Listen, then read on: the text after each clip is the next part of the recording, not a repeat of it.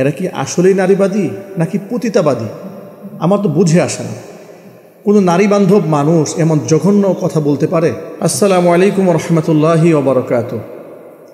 নারী সংস্কার কমিশন যে প্রতিবেদন অন্তর্বর্তীকালীন সরকারের হাতে তুলে দিয়েছে, যে সমস্ত জঘন্য প্রস্তাবনা নিয়ে আলেম সমাজ ইতোমধ্যে প্রতিবাদের ঝড় তুলেছেন, ওই সমস্ত জঘন্য প্রস্তাবনার মধ্যে আমার কাছে সবচেয়ে ঘৃণিত এবং নিন্দিত যেটা মনে হয়েছে সেটা হচ্ছে যৌনকর্মীদেরকে যেন নিন্দা না করা হয়, তাদেরকে যেন সামাজিক মর্যাদা দেওয়া হয়, অর্থাৎ তাদেরকে শ্রমের মর্যাদা দেওয়া হয়। তাহলে ইয়াজুবিল্লাহ, নির্লজ্জতার একটা ক্লাস থাকা উচিত।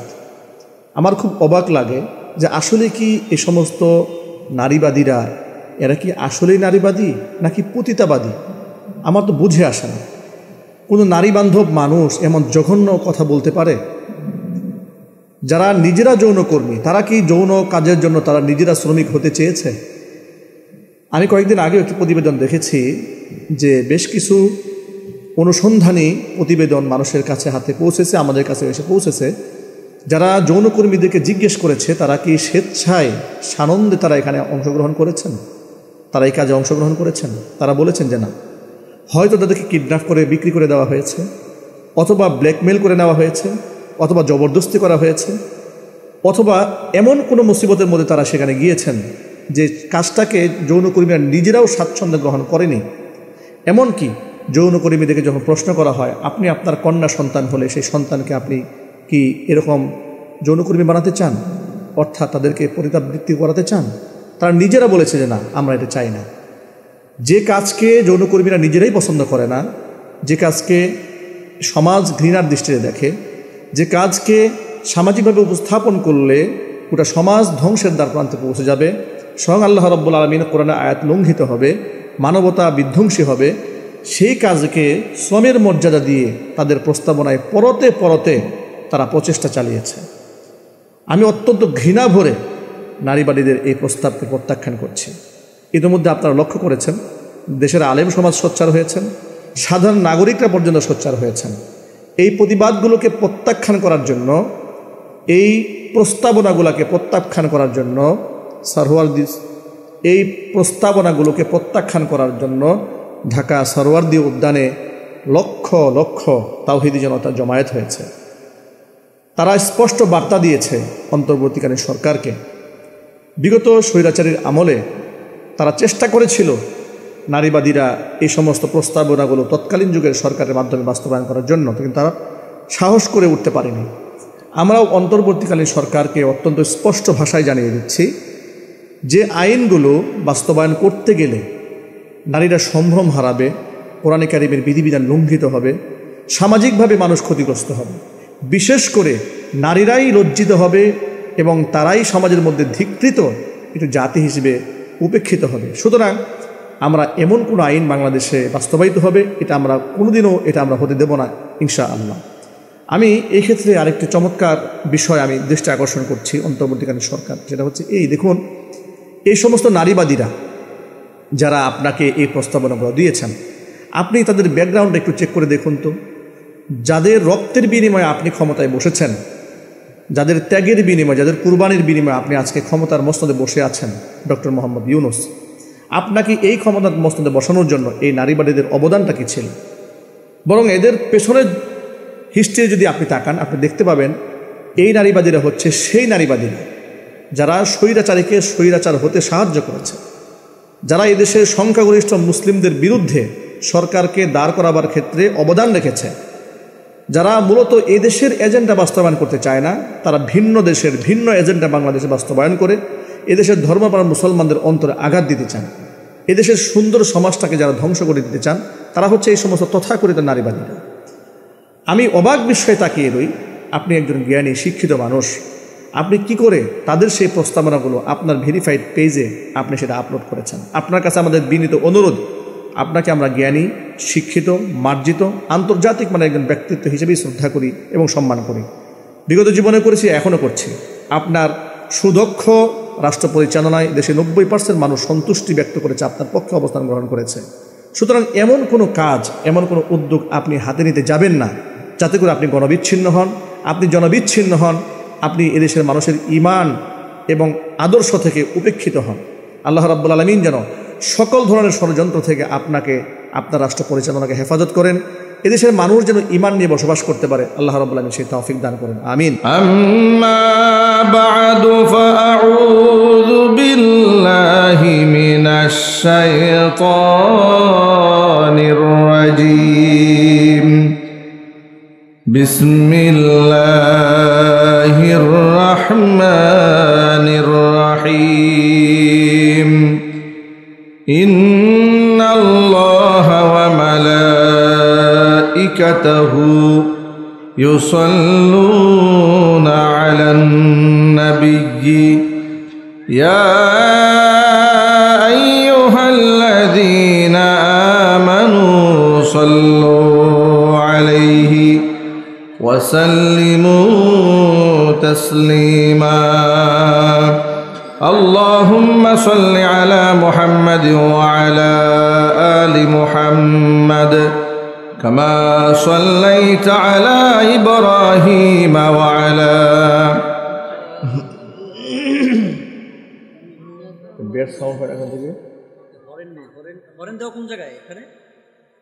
اللهم بارك على محمد وعلى آل محمد كما باركت على إبراهيم وعلى آل إبراهيم إنك حميد مجيد محبت ذكر قرن لا إله إلا الله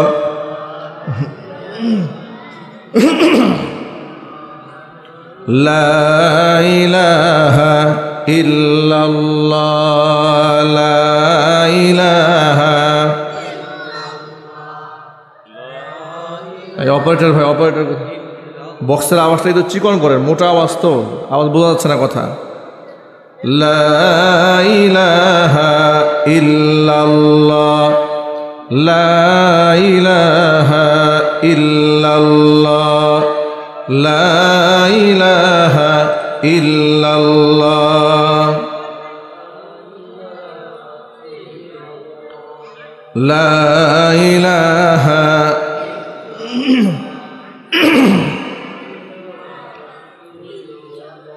لا إله إلا الله محمد رسول الله صلى الله عليه وسلم। ঐতিহ্যবাহী হাসানহাট তাফসীর ও কোরআন ফাউন্ডেশন ও হাসানহাট কেন্দ্রীয় জামে মসজিদের উদ্যোগে আয়োজিত আজকের বার্ষিক তাফসীর কোরআন মাহফিলের শেষ অধিবেশনের সম্মানিত সভাপতি ডাক্তার মোহাম্মদ মহিউদ্দিন মঞ্জু সাহেব, সভাপতি হাসানহাট তাফসীর কোরআন মাহফিল ফাউন্ডেশন ও কনসালটেন্ট 250 শয্যা বিশিষ্ট জেনারেল হাসপাতাল নোয়াখালী, মোহতারাম সভাপতির নেক হায়াত আল্লাহ তাআলা দারাজ করেন, তার খিদমাতের ওয়াসাআতকে আল্লাহ তাআলা বৃদ্ধি করে দেন। আমন্ত্রিত বিশেষ অতিথিবৃন্দ, হাজরাত, ওলামায়ে কেরাম, মুরব্বিয়ান এজম, অত্র এলাকা এবং পার্শ্ববর্তী এলাকার বিভিন্ন প্রান্ত থেকে ছুটে আসা দিনদরদি, ঈমানদার, পরহেজগার, মুত্তাকি মুসলিম ভাইরা, পর্দার অন্তরালে অবস্থানরত আমাদের সকলের শ্রদ্ধাভাজন পর্দানিশীন মা এবং বোনেরা, মহান আল্লাহ রাব্বুল আলামিনের দরবারে আলী শানে লাখ কোটি শুকরিয়া আদায় করছি যে মহান মনিব আমাদেরকে জুলাই আগস্টের বিপ্লবের মাধ্যমে বাংলাদেশকে দ্বিতীয়বারের মতো স্বাধীন করে দিয়ে একটি স্বাধীন পরিবেশে কোরআন সুন্নাহ থেকে কথা বলার, কথা শোনার পরিবেশ তৈরি করে দিয়েছেন। এই জন্য আপনারা খুশি না বেজার? কম না বেশি? হৃদয়ের সবটুকুন ভালোবাসা উজাড় করে শ্রদ্ধা জড়িত কণ্ঠে মহান মনিবের শেখানো ভাষায় শুকরিয়া আদায় করছি। জবান ছেড়ে দিয়ে সকলে একযোগে বলছি আলহামদুলিল্লাহ। রব্বানা লাকাল হামদ হামদান কাসীরা তাইয়িবান মুবারাকান ফীহি রব্বানা লাকাল হামদু কামা ইয়ানবাগী লিজালালি ওয়াজহিকা ওয়া আযীমি সুলতানিকা। আল্লাহ রাব্বুল আলামিন আজকে তাফসীর কোরআন মাহফিলকে কবুল করুন। অক্লান্ত পরিশ্রম করে এই বেহেশতের বাগান যারা সাজিয়েছেন, দূরদারাজ থেকে শোনার জন্য যারা এসেছেন, আজকের মাহফিলের ওসিলা করে আল্লাহ তাআলা সকলকে পরিপূর্ণ হেদায়েত নসিব করেন। অত্র এলাকার সমস্ত মুর্দেগানের কবরে আযাব আল্লাহ তাআলা কিয়ামত পর্যন্ত বন্ধ করে দিন।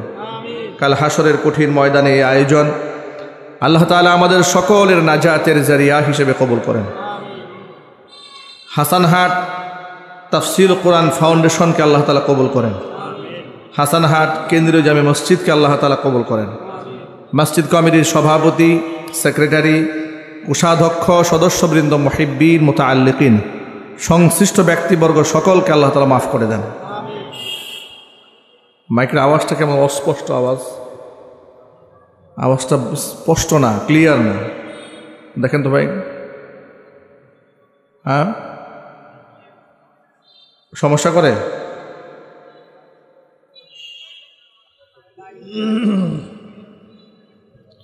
বক্সের আওয়াজটা ক্লিয়ার করা যায় না ভাই? দেখেন তো, একটু চেষ্টা করেন। একটু আগে দাও তো এটা, টেবিলটা সামান্য বিষয়।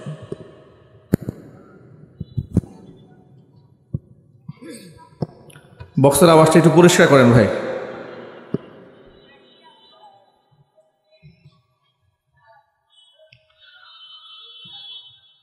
বাংলাদেশের গ্রামগঞ্জে, শহর নগর বন্দরে, অজপাড়া গায়ে বছরের পর বছর ধরে, শতাব্দীর পর শতাব্দী ধরে, যুগের পর যুগ ধরে কোরআন কারীমের আলোচনা মজলিস হয়ে আসতেছে বিভিন্ন নামে।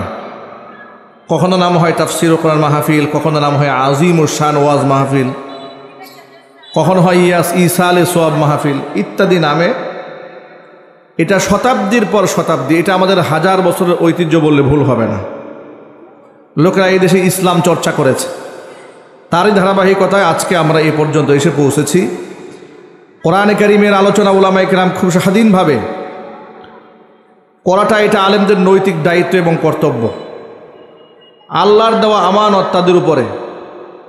আল্লাহ পাক যাদেরকে ইলম দান করেছেন তাদের মর্যাদা কম না বেশি? বিরাট মর্যাদা। অবলীলায় তাদের বক্তব্যগুলো মানুষের কাছে পৌঁছে দেওয়া এটা তাদের দায়িত্ব।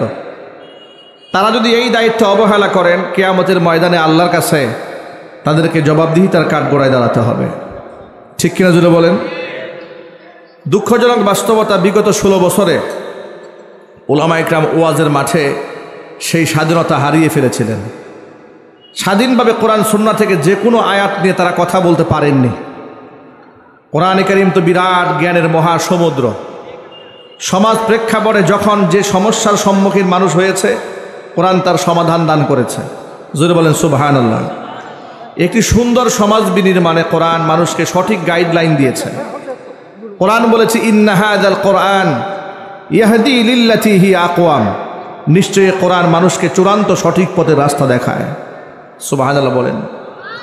কিন্তু সেই কোরআনে কারীমের যে কোনো আয়াত উলামায়ে কেরাম নির্বাচিত করে মানুষের সামনে স্বাধীনভাবে তারা কথা বিগত 16 বছর বলতে পারেননি, কিংবা তাদেরকে বলতে দেওয়া হয়নি, বলতে নিষেধ করা হয়েছে। কেউ যদি তাদের কথাকে লঙ্ঘন করে কোরআন সুন্নাহর তাদের মন মতো যা হয়নি সেগুলো বলেছে, তাদেরকে উগ্রবাদ, মৌলবাদ বলে তাদের বিরুদ্ধে চক্রান্ত করা হয়েছে, তাদের বিরুদ্ধে মিথ্যা মামলা দেওয়া হয়েছে। ঠিক কিনা জুড়ে বলেন? আমি আজকে আপনাদের সামনে বর্তমান সমাজের কিছু আমার দৃষ্টিতে যেগুলো মনে হয়েছে এগুলো কোরআন সুন্নাহ থেকে সমাধান হওয়া উচিত এমন একটি বিষয়, সেটা হচ্ছে মাদক। আমি অবাক হয়ে যাই যখন দেখি গ্রামগঞ্জের ছেলেরা ধূমপান করছে। অনেক মাহফিলে গেলে ইদানিং লোকেরা আমাদেরকে কানে কানে এসে বলে যায়, হুজুর এলাকার মধ্যে মাদক ঢুকেছে, কিশোর গ্যাং তৈরি হচ্ছে, ইয়াং জেনারেশন উচ্ছৃঙ্খল হচ্ছে। টিকটক ভিডিও বানিয়ে আবার সেই মাদক সেবনের দৃশ্যগুলো সমাজে ভাইরাল করে দিচ্ছে। ঘৃণার সাথে বলেন নাউজুবিল্লাহি মিন যালিক। ১৫০০ বছর আগে মাদক যখন চূড়ান্তভাবে হারাম করা হলো, মাদক তো প্রথম পর্যায়ে হারাম করা হয়নি, 3টি ধাপে 3টি স্টেপে এটাকে হারাম করা হয়েছে। কারণ তৎকালীন যুগে মাদকের সাথে মানুষের সম্পর্ক ছিল খুব গভীর। হুট করে একদিনে বললে যে এটা হারাম, এটা খাওয়া যাবে না, মানুষের জন্য কঠিন হয়ে যেত। ধীরে ধীরে আল্লাহ রাব্বুল আলামিন মানুষের জন্য সহজ করে বিধান নাজিল করেছেন। কোরআন মাজিদ আল্লাহ পাক বলেছেন ইউরিদুল্লাহু বিকুমুল ইউসরা ওয়া লা ইউরিদু বিকুমুল উসরা। আল্লাহ পাক মানুষের জন্য বিধানকে সহজ করতে চান। আল্লাহ আমাদের জন্য কোনো বিধান কঠিন করে দিতে চান না। লা ইকাল্লিফুল্লাহু নাফসান ইল্লা বুসআহা। মানুষের উপরে এমন কোনো আইন আল্লাহ পাক চাপিয়ে দেন না যেটা মানুষ পালন করতে গেলে এটা তাদের অসাধ্য সাধন হয়ে যাবে। এমন কোনো কঠিন বিধান আল্লাহ বান্দার উপর আরোপ করেন নাই। মানুষের জন্য উপকারী যা আছে সব আল্লাহ হালাল করেছেন। মানুষের জন্য অপকারী যা আছে সব আল্লাহ রাব্বুল আলামিন হারাম করে দিয়েছেন।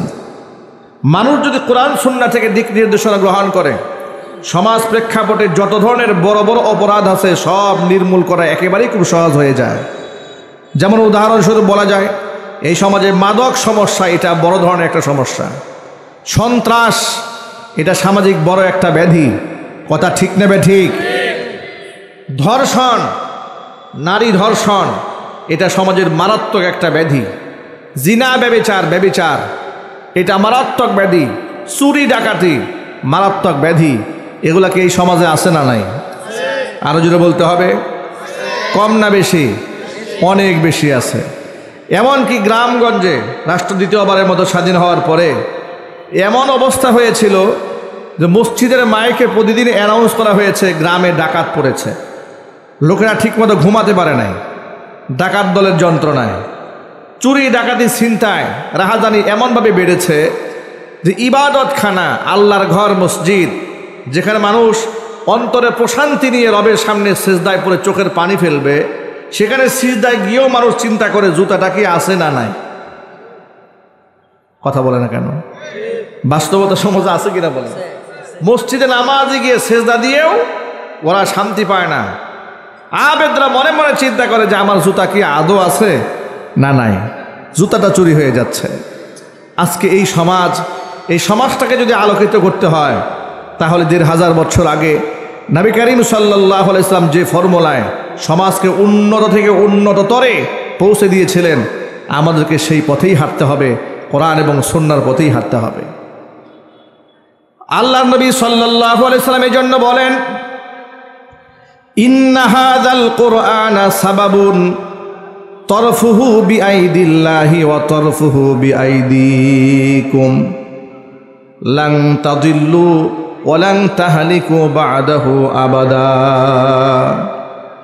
কোরআন এমন একটা রশি, যে রশির এক মাথা বান্দা তোমাদের হাতে, আরেক মাথা আল্লাহর হাতে। যতদিন পর্যন্ত এই কোরআন নামক রশিকে তোমরা মজবুতভাবে আঁকড়ায় ধরে রাখতে পারবে, লাং তাদিল্লু, কোশ্চিন কালেও তোমরা গুমরা হবে না, ওলাং তাহলিকে তোমরা ধ্বংসপ্রাপ্ত হবে না।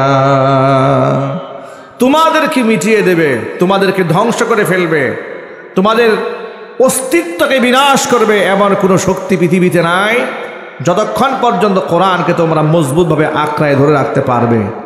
আল্লাহ পাক যেন আমাদেরকে ধরে রাখার তৌফিক দান করে, জোরে কোন আমিন।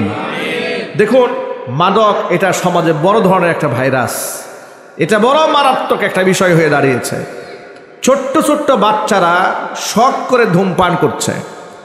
আমার গত ২-১ বছর আগে পাবনাতে একটা মাহফিলে গিয়েছিলাম, হেমায়েতপুরে, যেখানে মানসিক হাসপাতালটা আছে, পাগলা গারদটা আছে, এর পাশেই মাহফিল।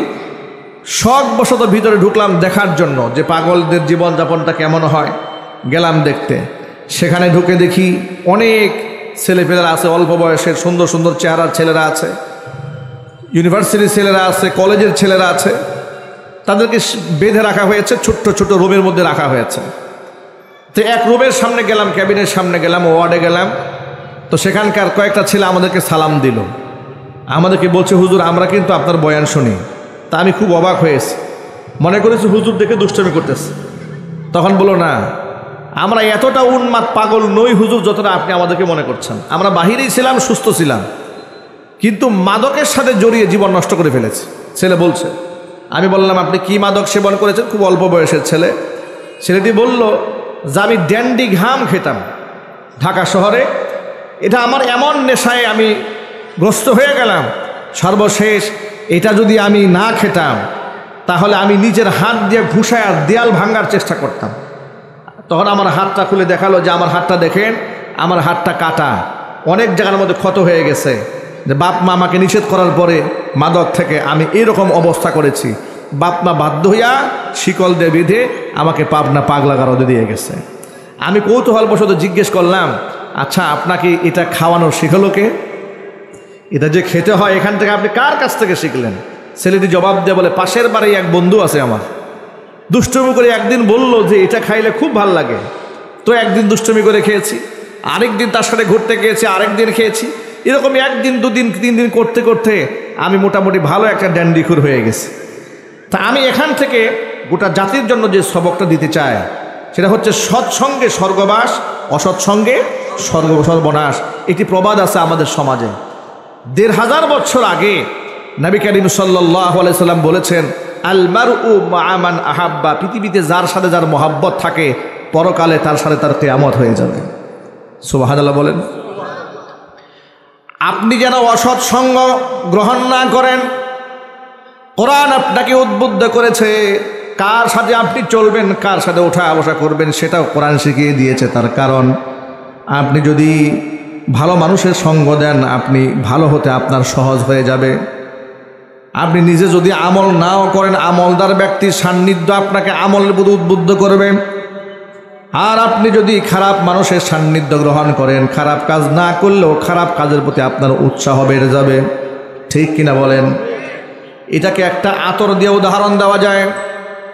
আপনি যদি কোনো সুগন্ধির দোকানে যান, সুগন্ধি যদি আপনি নাও কেনেন, গায়ের মধ্যে যদি নাও মাখেন, সুগন্ধির ঘ্রাণ আপনার নাকের মধ্যে স্পর্শ করবে।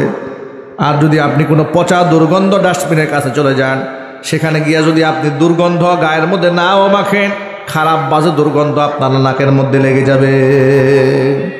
কোরআন মাজিদের মধ্যে সূরা তাওবার মধ্যে আল্লাহ পাক বলেন, ইয়া আইয়ুহাল্লাযীনা আমানুত্তাকুল্লাহা ওয়া কুনু মা'আস সাদিকিন। ওই ইমানদারেরা, আমি আল্লাহকে ভয় করো এবং সত্যবাদীদের সাথে তোমরা চলো।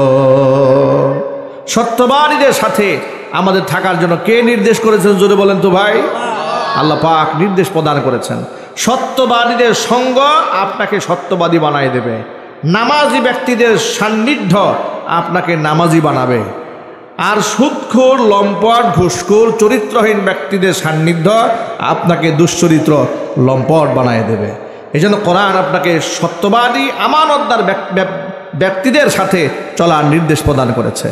কিয়ামতে অসংখ্য ব্যক্তিরা নাজাত পাবে বন্ধুদের খাতিরে, আবার অসংখ্য ব্যক্তিরা জাহান্নামে যাবে বন্ধুত্বের খাতিরে। আমি এই ক্ষেত্রে কোরআন সুন্নাহ থেকে আপনাদেরকে ছোট্ট একটা রেফারেন্স কোট করতে চাই বোঝার জন্য। নবী করিম সাল্লাল্লাহু আলাইহি ওয়াসাল্লাম যখন তাওহীদের দাওয়াত প্রকাশ্যে দেওয়া শুরু করলেন, মক্কাতুল মুকাররমা তার খুব কাছের মানুষ তার দুশমন হয়ে গেল। এমনকি যারা তাকে আল আমিন বলেছে, যারা তাকে অতি বিশ্বাসী বলেছে, তারাও তাকে মানুষের সামনে মিথ্যাবাদী জেনে ধরেছে। এরপরে মাথায় সমস্যা হয়েছে, এ ধরনের বাজে কথা বলে মানুষের সামনে তাকে ছোট করার চেষ্টা চালালো।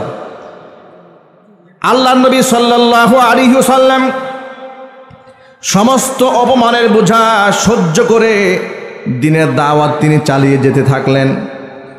এমন সময় মক্কাতুল মুকাররমার একজন বড় ব্যবসায়ী, নাম হচ্ছে উকবা ইবনে আবি মুঈত, বড় একজন ব্যবসায়ী ছিল সে। তার একটা অভ্যাস ছিল ব্যবসায়ী কার্যক্রম বিভিন্ন অঞ্চলে শেষ করে সে যখন মক্কায় ফিরে আসতো, মক্কার বিশিষ্ট লোকদেরকে দাওয়াত দিয়ে নিজের বাড়িতে সে খাওয়াতো, মেহমানদারি করত। একবার উকবা ইবনে আবি মুঈত বাহির থেকে সফরে এসেছে।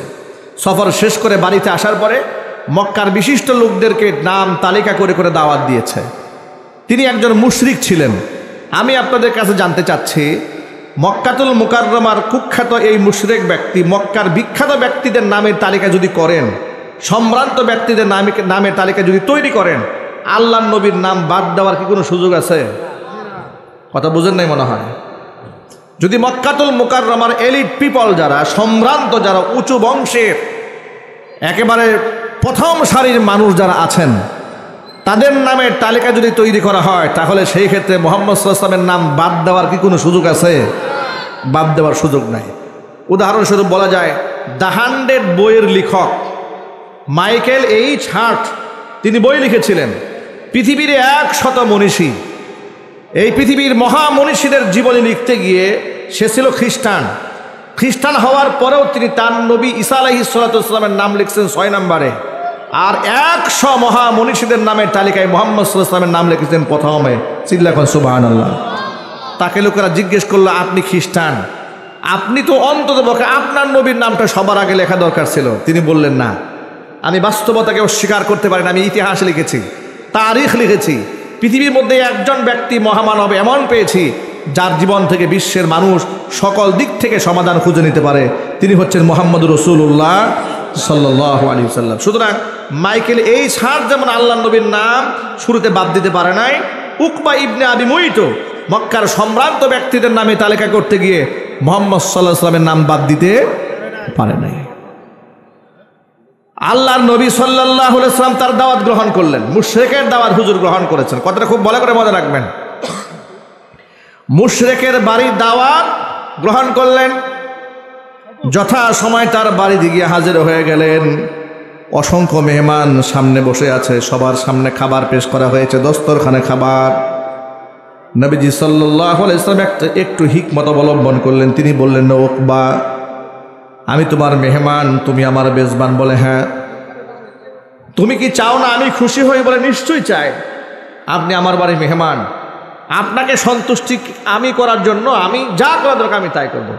হুজুর বললেন, উকবা, তোমার বাড়ির খাবার আমি ততক্ষণ গ্রহণ করব না যতক্ষণ পর্যন্ত তুমি কালিমা পড়ে মুসলমান হওয়ার ঘোষণা না দেবে। সুবহানাল্লাহ বলেন। উকবা ইবনে আবি মুইত বিরাট ব্যবসায়ী, এতগুলো সম্ভ্রান্ত ব্যক্তিদের সামনে উনি খুব বিব্রতকর একটা পরিস্থিতির মধ্যে তো পড়ে গেলেন। মুহাম্মদ সাল্লাল্লাহু আলাইহি ওয়াসাল্লাম কন্ডিশন দিয়েছে, কালিমা না পড়লে তিনি তার বাড়ির খাবার খাবেন না। আল্লাহর নবীর ইচ্ছা ছিল ছলে বলে কলে কৌশলে যেভাবেই হোক না কেন সে যদি একবার কালিমা পড়ে মুসলমান হয়ে যায় তাহলে মক্কাতুল মুকাররমে ইসলামের প্রচার এবং প্রসারে আরো এক ধাপ এগিয়ে গেল।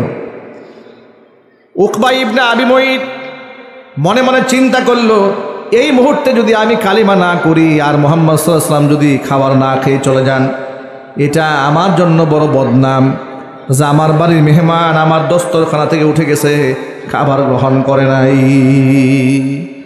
এবার তিনি আল্লাহর হাবিবের সামনে উপস্থিত সমস্ত মানুষকে সাক্ষী রেখে পড়ে নিলেন, লা ইলাহা ইল্লাল্লাহু মুহাম্মাদুর রাসূলুল্লাহ। কালিমা গ্রহণ করে মুসলমান হয়ে যাওয়ার পরে সংবাদটি চতুর্দিকে ছড়ায় পড়ল।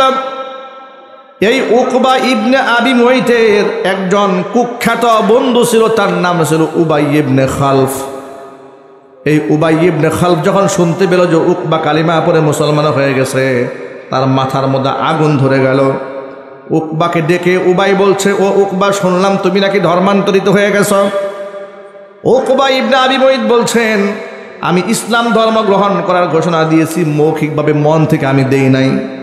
উবাই ইবনে খালফ বলল, এত কথা শুনতে চায় না, তুমি কি আমার সাথে বন্ধুত্ব টিকায় রাখতে চাও কিনা সেটা আগে বলো।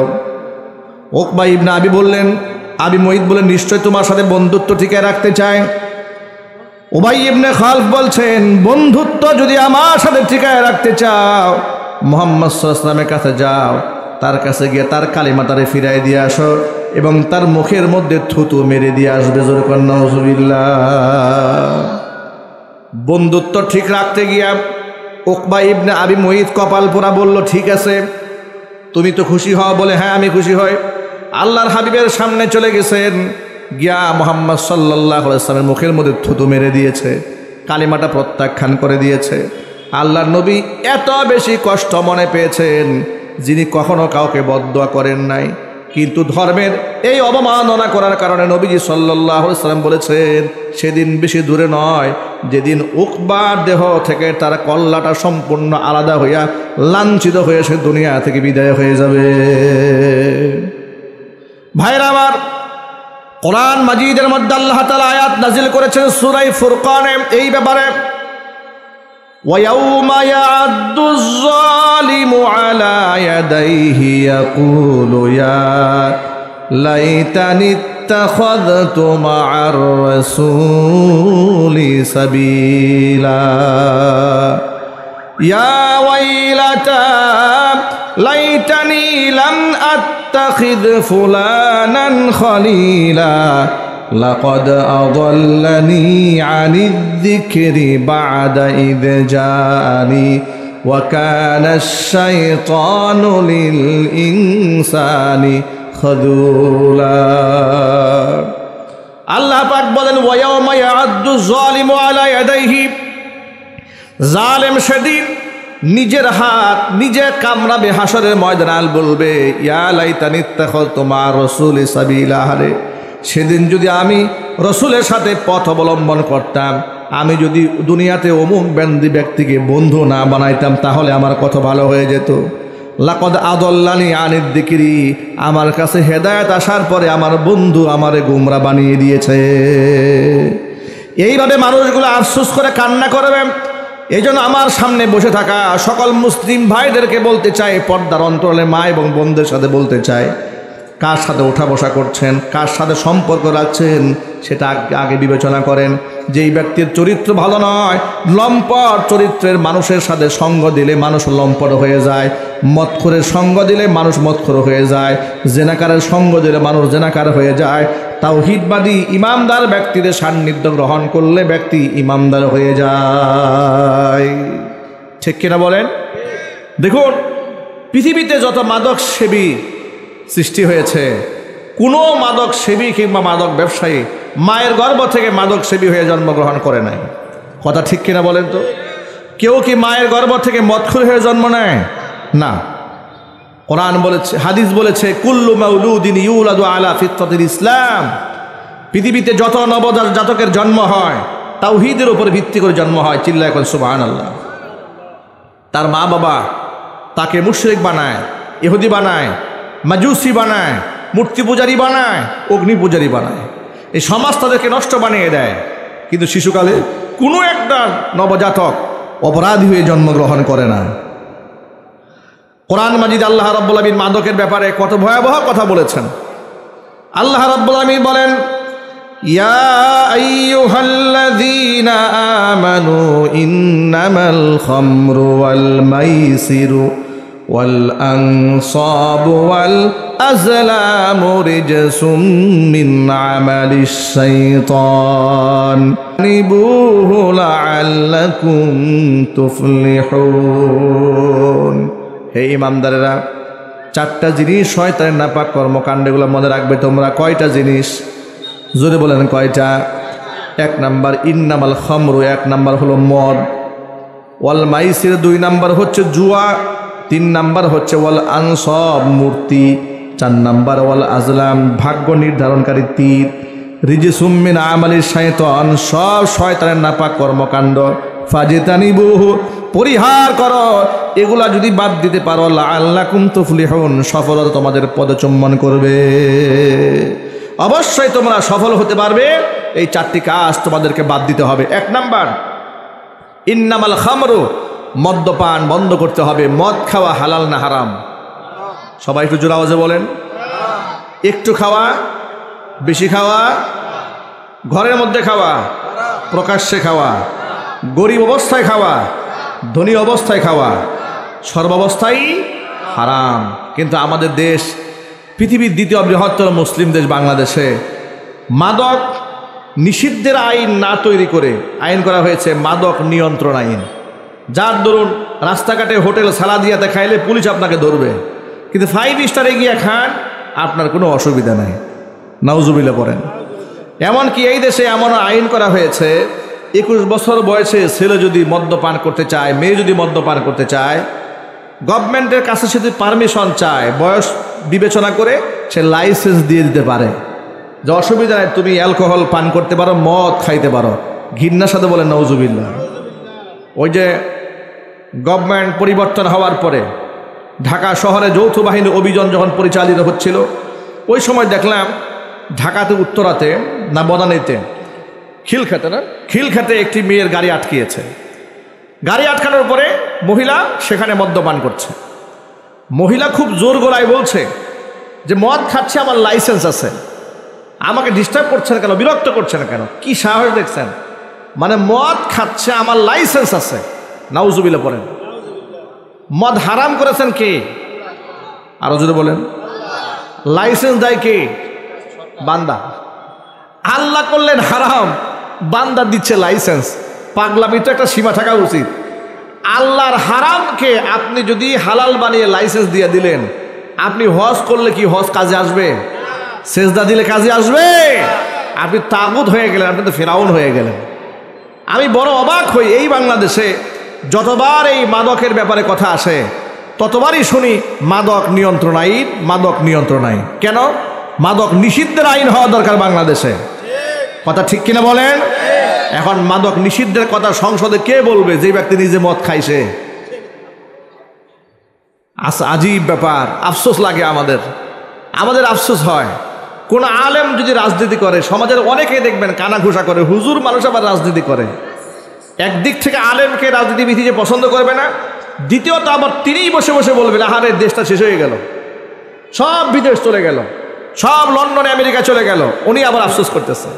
তা আপনি চোর এবং ডাকাতদেরকে এমপি বানাবেন, মন্ত্রী বানাবেন, আবার শুয়ে শুয়ে আফসোস করবেন আহারে সব শেষ হয়ে গেল।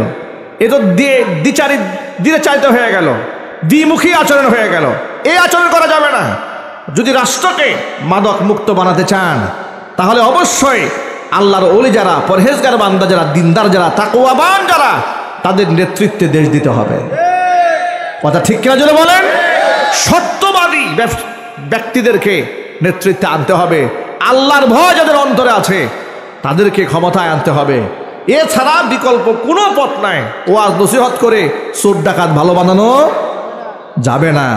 চোর ডাকাত যদি শুধু ওয়াজে ভালো হইতো, তাহলে আল্লাহ তাআলা চোরের হাত কাটার বিধান দিতেন না। ডাকাত যদি ওয়াজে ভালো হইতো, তাহলে হাত পা কর্তন করে দেওয়ার বিধান স্বয়ং আল্লাহ রাব্বুল আলামিন দিতেন না। জেনাকার লম্পট ব্যভিচারদের ওয়াজ নসিহতেই যদি চরিত্র ঠিক হয়ে যেত, তাহলে আল্লাহ তাআলা জেনাকার নারী পুরুষের জন্য বেত্রাঘাতের নির্দেশ প্রদান করতেন না। রজম মেরে এদেরকে হত্যার নির্দেশ প্রদান আল্লাহ রাব্বুল আলামিন করতেন না। এই বিধানগুলো আল্লাহ পাক কোরআন সুন্নাহ এই জন্য দিয়েছেন।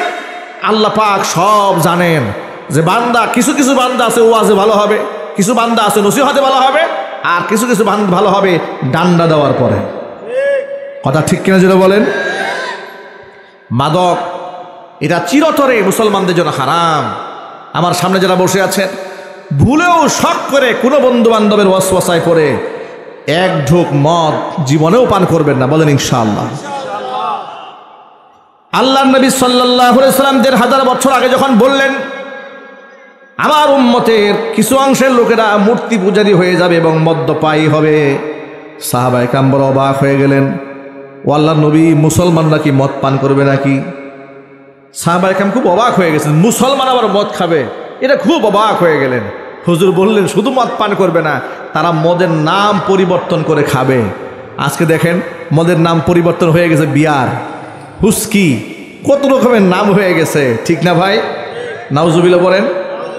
মদ একেবারে অল্প হারাম, বেশিও হারাম। এই মাদকের সাথে আমাদের কোনো সম্পর্ক থাকবে না। প্রিয় ভাইরা, একটু জোরে বলতে হবে ইনশাআল্লাহ। আরো জোরে বলেন ইনশাআল্লাহ। আচ্ছা, মদ খুরের কি সামাজিকভাবে কোনো সম্মান থাকে? ঘরের বউয়ের কাছে সম্মান থাকে, ছেলে মেয়েদের কাছে, আত্মীয় স্বজনের কাছে, সামাজিক দৃষ্টিকোণ থেকে তার কোনো মর্যাদা থাকে না। মদ্যপানকারী বউয়ের কাছে কিভাবে সম্মান পাবে বলেন আপনারা? মদ খেয়ে বউকে মা বলে ডাক দিয়েছে, বউর মাথা নষ্ট হয়ে গেছে, ওকে তো ঝাড়ু দিয়ে পিটানো দরকার।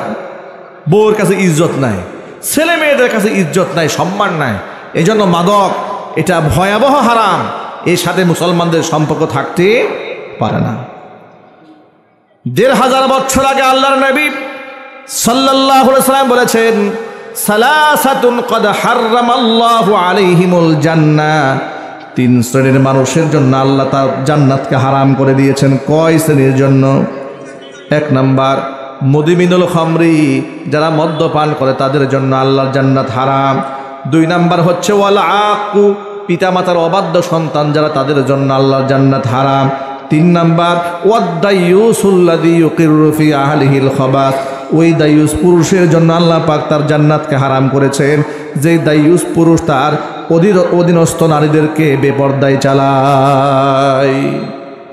নিজের স্ত্রী কন্যাদেরকে যারা বেপরদায় চালায়, এরকম লোক নোয়াখালীতে একটাও নাই। আরো জোরে বলেন। আফসোস এবং পরিতাপের সাথে আমরা লক্ষ্য করি, ইদানিং আমরা দেখতে পাই মসজিদের সভাপতি, সেক্রেটারি, কোষাধ্যক্ষ, মেম্বার হওয়ার জন্য বড় পাগল, কিন্তু নামাজ পড়তে পাগল নয়। ঠিক কিনা বলেন? নামাজ পড়বে না কিন্তু সভাপতি হতে মনে চায়, নামাজ পড়বে না মসজিদের সেক্রেটারি হতে মনে চায়, ঘরের বউরে পর্দা করাবে না তারও মসজিদ কমিটির সদস্য হতে মনে চায়। এত শখ কেন ভাই? এত শখ কেন? আল্লাহর ঘরের নেতৃত্ব দেওয়ার আগে আগে নিজেকে পরহেজগার বানাতে হবে, আগে নামাজি বানাতে হবে, আগে নিজের ঘরটাকে ঠিক করতে হবে। কথা ঠিক নেবে? ঠিক। ইমাম সাহেবের বউয়ের যদি হাত মোজা পা মোজা না থাকে, হুজুরি ইমামতি নাই, শেষ। কিন্তু সভাপতি সাহেবের বউ যদি জিন্সের প্যান্ট পরে, কোনো অসুবিধা নেই। কি বিষয়টা এরকম হয়ে দাঁড়িয়েছে, ইমাম সাহেবের বউর জন্য পর্দা ফরজ, আর সভাপতি সেক্রেটারি সাধারণ মুসল্লিদের জন্য, মুসল্লিদের বউর জন্য পর্দা করা সুন্নত বা মুস্তাহাব। কয়েকদিন আগে সিনেমার এক কুখ্যাত নায়ক বাংলাদেশের আলেমদেরকে নিয়ে একটা বাজে মন্তব্য করেছে। করার পরে উলামা সমাজ তার প্রতিক্রিয়া ব্যক্ত করেছে, প্রতিবাদ জানিয়েছে। তখন তিনি টেলিভিশনে সাংবাদিকদেরকে সাক্ষাৎকার দিয়ে বলছে, দেখেন এই দেশের লোকেরা তো আমাকে নাস্তিক বলতেছে বা আমি ক্ষুধাদ্রোহী এগুলা বলতেছে, আমি কিন্তু এত খারাপ মানুষ না, আমি কিন্তু মসজিদ কমিটির সভাপতি। আলেমদেরকে যে গালি দিয়েছে এটা শুনে কষ্ট পাই না, যখন শুনছি সে মসজিদ কমিটির সভাপতি, এটা শুনে আমি বড় অবাক হয়েছি যে এর চাইতে কিয়ামতের বড় আলামত আর কি হতে পারে, যে সিনেমার একটা লম্পট, যাদের চরিত্রে কোনো বালাই নাই, পর্দার কোনো বালাই নাই, আল্লাহ রাসূলের কোনো চিন্তা নাই, এমন একটা লোক যদি মসজিদ কমিটির সভাপতি হয়, এর থেকে কিয়ামতের বড় আলামত কি আর কিছু হতে পারে? না, হতে পারে না। নবী করিম সাল্লাল্লাহু আলাইহি সাল্লাম বলেছেন, কিয়ামতের অন্যতম আলামত হচ্ছে রুআসাউহুম জুহালুহুম, মূর্খরা সমাজের নেতৃত্বে চলে আসবে। 3 শ্রেণীর মানুষের জন্য আল্লাহ নবী জান্নাতকে হারাম করেছেন বলে ঘোষণা করেছেন। আল্লাহ নবী বলেন, সালাসাতুন কদ হারামাল্লাহু আলাইহিমুল জান্নাহ, 3 শ্রেণীর মানুষের জন্য আল্লাহ জান্নাত হারাম করেছেন। 1 নাম্বার মুদমিনুল খামরি, যারা মদ্যপান করে তাদের জন্য জান্নাত হারাম। 2 নাম্বার ওয়ালা আকু, পিতা মাতার অবাধ্য সন্তান যারা, তাদের জন্য আল্লাহর জান্নাত হারাম। বাবা মা বেঁচে আছে কার কার? হাত দেখি তো ভাই। মাশাআল্লাহ, আল্লাহ নেক হায়াত বাড়ায় দাও, জোরে কোন আমিন। বাবা মা দুনিয়া থেকে চলে গেছে কার কার? আমার বাবা দুনিয়া থেকে চলে গেছেন, আপনাদের মতোই। আল্লাহ রাব্বুল আলামিন আমাদের সকলের মারহুম পিতামাতার জিন্দেগির গুনাহ খাতা মাফ করে দেন, জান্নাতুল ফিরদাউসের সুউচ্চ মাকাম আল্লাহ পাক দান করেন, জোরে কোন আমিন। পিতামাতার অবাধ্য সন্তান হওয়া যাবে না।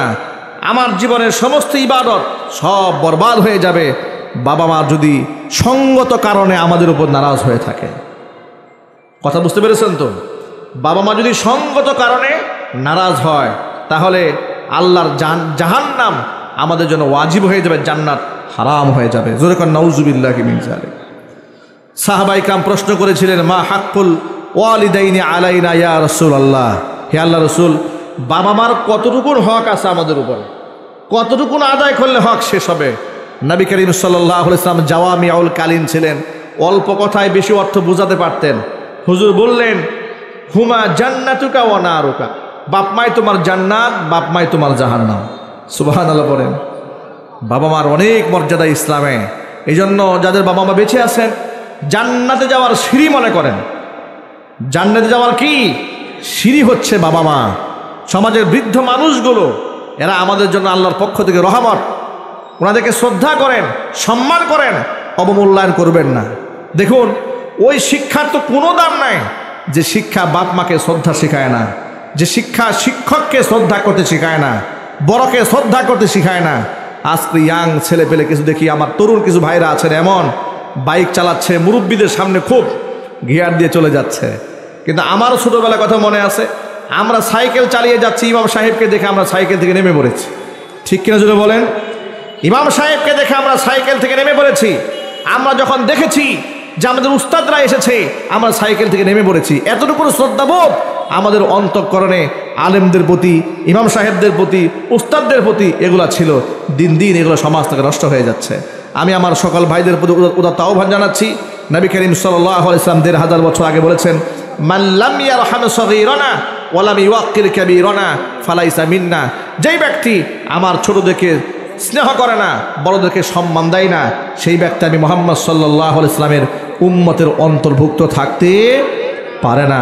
আমরা কি বড়দেরকে শ্রদ্ধা করতে পারবো তো ইনশাআল্লাহ? আমরা ছোটকে স্নেহ করতে পারবো ইনশাআল্লাহ? আর শরীয়তের কোনো বিধিবিধানের ক্ষেত্রে কোনো প্রশ্ন তোলা যাবে না। আমি আবার পরিষ্কার করে বলছি, আল্লাহর দেওয়া কোনো বিধানে প্রশ্ন তোলা যাবে না। প্রশ্ন তুলেছিল শয়তান, আল্লাহ পাক ওরে মালউন বানিয়ে দিয়েছে, ঠিক কিনা বলেন? আল্লাহর বিধানে কোনো প্রশ্ন নাই। ছোট্ট একটা ঘটনা বুঝতে পারলেন, আপনার অন্তরের সেই আগত প্রশ্নের জবাব আপনি পেয়ে যাবেন। নবী করিম সাল্লাল্লাহু আলাইহি ওয়াসাল্লামের একজন সাহাবী ছিল হযরত জুলাইবিব রাদিয়াল্লাহু তাআলা আনহু। রাসূলের সামনে এসে বললেন, ইয়া রাসূলুল্লাহ, আমার মতো কালো মানুষ আমি জুলাইবিব যদি মারা যায় জান্নাতে কি আল্লাহ আমাকে হুর দিবে নাকি? হুজুর বুঝতে পেরেছেন জুলাইবিবের মনে কষ্ট। জুলাইবিবকে ডেকে নবীজি বললেন, হাল্লা তাতাজাওয়াজ ইয়া জুলাইবিব, ও জুলাইবিব তুমি বিবাহ করো না কেন? জুলাইবিব রাদিয়াল্লাহু তাআলা আনহু বলছেন, নবীজি আমি তো কালো মানুষ, গায়ের রং কালো, আর আমার টাকা পয়সা তেমন নাই, আমার মতো ব্যক্তির সাথে কে তার কন্যাকে বিবাহ দেবে? এটা কি সম্ভব নাকি? নবীজি সাল্লাল্লাহু আলাইহি ওয়াসাল্লাম তার বিবাহের দায়িত্বভার গ্রহণ করলেন। চতুর্দিক থেকে তালাশ করার পরে শুনতে পেলেন আনসারী এক সাহাবীর ঘরে বিবাহের উপযুক্ত সুন্দরী একটি মেয়ে আছে। নবীজি আনসারী সাহাবীকে ডাকলেন, ডেকে বললেন, তোমার ঘরে বিবাহে উপযুক্ত মেয়ে আছে? বলে, হ্যাঁ আছে। বিবাহ দিতে চাও? নিশ্চয় দিতে চাই। হুজুর বললেন, তোমার মেয়ের বিবাহের পয়গাম আমি মুহাম্মদ সাল্লাল্লাহু আলাইহি ওয়াসাল্লাম দিয়ে দিলাম। আল্লাহর নবী সাল্লাল্লাহু আলাইহি ওয়াসাল্লামের পক্ষ থেকে বিবাহের পয়গাম পাওয়ার পর আনসারী সাহাবী বড্ড খুশি হয়ে গেলেন। মনে মনে চিন্তা করলেন, এর চাইতে বড় সৌভাগ্য আর কি হতে পারে আমার জন্য? আল্লাহর নবী আমার মেয়ের জন্য বিবাহের পয়গাম পাঠিয়েছেন। হুজুর বললেন, সাহাবীরে বিবাহের পয়গাম দিয়েছে আমার নিজের বিবাহ করার জন্য নয়, আমার সাহাবী জুলাইবিবের জন্য। জোরে কোন সুবহানাল্লাহ। জুলাইবিবের নামটা শোনার পরে সাহাবীর মনটা খারাপ হয়ে গেল, কারণ জুলাইবিব সম্পদশালী কেউ ছিলেন না, আবার দেখতেও কালো মানুষ ছিলেন। এই জন্য নবীজি সাল্লাল্লাহু আলাইহি ওয়াসাল্লামের প্রস্তাবে ওই সাহাবী মনে মনে নারাজ হয়েও হুজুরের সামনে তা প্রকাশ করতে সাহস পেলেন না। তিনি বললেন, ইয়া রাসূলুল্লাহ, আমি ঘরে গিয়া বিষয়টি নিয়ে মেয়ের সাথে মেয়ের মার সাথে একটু পরামর্শ করি, তারা যদি আগ্রহ দেখান তাহলে আমি আপনার সাথে পরবর্তীতে কথা বলবো। রাসূল বললেন, নিশ্চয়ই তুমি যাও, গিয়ে পরিবারের সদস্যদের সাথে কথা বলে আমাকে জানাবে। তিনি চলে গেলেন ঘরের মধ্যে গিয়ে মনে মনে ভাবলেন যে ছেলেটিকে আমার নিজেরই পছন্দ না, এই ছেলের ব্যাপারে তো মেয়ের সাথে কথা বলার কোনো দরকার নাই। মেয়ের মাকে আলাদা আড়ালে এনে ঘটনার বিবরণ খুলে বললেন। মেয়ের মাও নারাজ হয়ে গেছে। মনে মনে ভাবলেন যে আমাদের এত সুন্দরী মেয়ের জন্য নবীজি সাল্লাল্লাহু আলাইহি ওয়াসাল্লাম এমন একটা কালো মানুষকে সিলেক্ট করলেন, পছন্দ করলেন। নবীজি সাল্লাল্লাহু আলাইহি ওয়াসাল্লাম এই প্রস্তাবটা কিভাবে প্রত্যাখ্যান করা যায় সেই ব্যাপারে স্বামী স্ত্রীর পরামর্শ করলেন। তারা বললেন, ঠিক আছে, আপনি অত্যন্ত বিনয়ের সাথে রাসূলের কাছে গিয়া এই প্রস্তাবটা নাকচ করে দিয়ে আসেন যে আমার মেয়ে এবং মেয়ের মা এই প্রস্তাবে রাজি হয় না। সাহাবী ঘর থেকে বের হয়ে যাচ্ছেন রাসূলের কাছে প্রস্তাব প্রত্যাখ্যান করার জন্য। এমন সময় ঘরের ভেতর থেকে মেয়েটি তার আব্বাকে ডাক দিয়ে বলছে, আব্বা যান, দাঁড়ান, কার প্রস্তাব প্রত্যাখ্যান করতে যাচ্ছেন আপনি? এতক্ষণ পর্যন্ত আপনি মায়ের সাথে যে বিষয়ে কথোপকথন করেছেন পর্দার আড়ালে দাঁড়িয়ে আমি সব শুনে নিয়েছি। আপনি কি করে আল্লাহর নবীর প্রস্তাব প্রত্যাখ্যান করতে যাচ্ছেন? আপনি কোরআন শরীফের আয়াত পড়েননি। সূরা আহজাবের 36 নম্বর আয়াতে আল্লাহ পাক কি বলেছেন? আল্লাহ পাক বলেন, ওয়ামা কানা লিমুমিনিন ওয়ালা মুমিনাতিন ইযা কাদাল্লাহু ওয়া রাসূলুহু আমরা আইয়াকুনা লাহুমুল খিয়ারাতু মিন আমরিহিম ওয়া মান ইয়াসিল্লাহা ওয়া রাসূলাহু ফাকাদ যাল্লা যালালাম মুবিনা। আমি আল্লাহ এবং আমার রাসূল যদি কোনো ব্যাপারে কোনো সিদ্ধান্ত নিয়ে ফেলি, ইযা কাদাল্লাহু ওয়া রাসূলুহু আমরা, কোনো বিষয়ে যদি আমি আল্লাহ এবং আমার রাসূল যদি কোনো সিদ্ধান্ত নিয়ে ফেলে, তাহলে সেই ক্ষেত্রে ওয়ামা কানা লিমুমিনিন ওয়ালা মুমিনাতিন, পৃথিবীর কোনো ইমানদার নারী পুরুষের মতামত ব্যক্ত করার অধিকার থাকে না। কোনো ব্যক্তি যদি আমি আল্লাহ আমার রাসূলের সিদ্ধান্তের বাহিরে চলে যায় ফাকাদ দাল্লা দালালাম মুবিনা, সেই ব্যক্তি সুস্পষ্ট গোমরাহ হয়ে যায়। ও আব্বাজান, আপনি নবীজির দেওয়া প্রস্তাব প্রত্যাখ্যান করবেন না, বরং আপনি আল্লাহর হাবিবের কাছে গিয়ে বলবেন, ইয়া রাসূলুল্লাহ, আমার মেয়ের জন্য যে জুলাইবিবকে আপনি পাত্র হিসেবে সিলেক্ট করেছেন, আমার মেয়ে হাসি মুখে আপনার সিদ্ধান্তে রাজি হয়ে গেছে। যখন সুবহানাল্লাহ। ভাইরা আমার, এইভাবে সাহাবায়ে কেরাম নিজের মনের বিরুদ্ধে গিয়ে হলেও আল্লাহ এবং আল্লাহ নবীর সিদ্ধান্তের ক্ষেত্রে কোনো প্রশ্ন তুলেন না, হাসি মুখে মেনে নিয়েছেন। জুলাইবিব রাদিয়াল্লাহু তাআলা আনহু সম্পদ কম থাকতে পারে, গায়ের রং কালো হতে পারে, কিন্তু তার মর্যাদা ছিল অনেক বেশি। নবীজি সাল্লাল্লাহু আলাইহি ওয়াসাল্লাম জুলাইবিবের ব্যাপারে বলেন, জুলাইবিব আমি রসুলের, আমি রসুলুল্লাহ আমার জুলাইবিবের। তাকওয়া দিয়ে, পরহেজগারিতা দিয়ে আল্লাহর কাছে মর্যাদাপূর্ণ হওয়া যায়। সম্পদ দিয়ে নয়, টাকা পয়সা দিয়ে নয়, ক্ষমতা দিয়ে নয়। ক্ষমতা আজকে আছে, কালকে নাই। টাকা পয়সা আজকে আছে, কালকে নাও থাকতে পারে। কথা ঠিক নেবে ঠিক। সুতরাং আল্লাহ এবং রসুলের সিদ্ধান্তে হাসি মুখে মেনে নিতে হবে। রাজি আছেন কারা কারা? দোয়া দেখতে চাচ্ছি। আল্লাহ পাক যেন আমাদের সকলকে কবুল করেন। জোরে করেন আমিন। মঞ্জুর করেন, জোরে বলেন আমিন। তাহলে এবার বলেন, মদ হালাল না হারাম? জুয়া হালাল না হারাম? মূর্তি হালাল না হারাম? কিন্তু সেই মূর্তি তো বাংলাদেশের জেলা উপজেলার মধ্যে রাস্তার মোড়ে মোড়ে বাড়াবার জন্য নির্দেশ প্রদান করা হয়েছিল। আলেমরা বিরুদ্ধাচরণ করেছিল বিধায় সে আলেমদেরকে বানানো হয়েছিল মৌলবাদ, জঙ্গিবাদ। কথা ঠিক কিনা যদি বলেন? বিশ্বের সামনে আলেমদেরকে তুচ্ছ তাচ্ছিল্য যারা করেছিল, লাঞ্ছনা, গঞ্জনা, অবমাননা, এমনকি জুতার মালা গলায় নিয়ে তারা দেশ থেকে পালিয়ে যেতে বাধ্য হয়েছে। যারা এই দেশের মানুষের হক নষ্ট করে, ক্ষমতার অপব্যবহার করে, অহংকার করে যারা বলেছে এটা আমার দেশ, এটা আমার বাবার দেশ, বলে নাই? জোরে বলেন, বলে নাই? এটা আপনার দেশ, আপনার বাবার দেশ। আর এদেশের মুসলমানরা ভাড়াটিয়া, এদেশের আলেম ওলামারা ভাড়াটিয়া। আপনি তাই মনে করেছিলেন। আসল মালিকানা যাদের, তাদের হাতে আল্লাহ পাক জমিনকে আমানতের দাঁড়িতার সাথে রেখে দিয়েছেন। আর যারা উড়ে এসে জুড়ে বসে রাষ্ট্রকে অন্য দেশের কাছে বিক্রি করে দিয়েছিল, লাঞ্ছনা গঞ্জনা দিয়ে আল্লাহ পাক তাদেরকে রাষ্ট্র থেকে তাড়িয়ে ওদের কুলের মধ্যে বসিয়ে দিয়েছে। কথা ঠিক না ঠিক? ফয়সালা কার হাতে? চিল্লায় বলতে হবে, ফয়সালা কার হাতে? আল্লাহ পাকের হাতে। সুতরাং আল্লাহর উপর তাওয়াক্কুল রাখেন, ভরসা রাখেন। আর আল্লাহর দেওয়া যত বিধান আছে হাসি মুখে মেনে নিতে শিখুন। আল্লাহ রাব্বুল আলামিন আমাদের সকলকে কবুল করেন, মঞ্জুর করেন। সকলে জোরে কোন আমিন। ঈমানের পথে অবিচল থেকে আমার মরণ যেন হয়।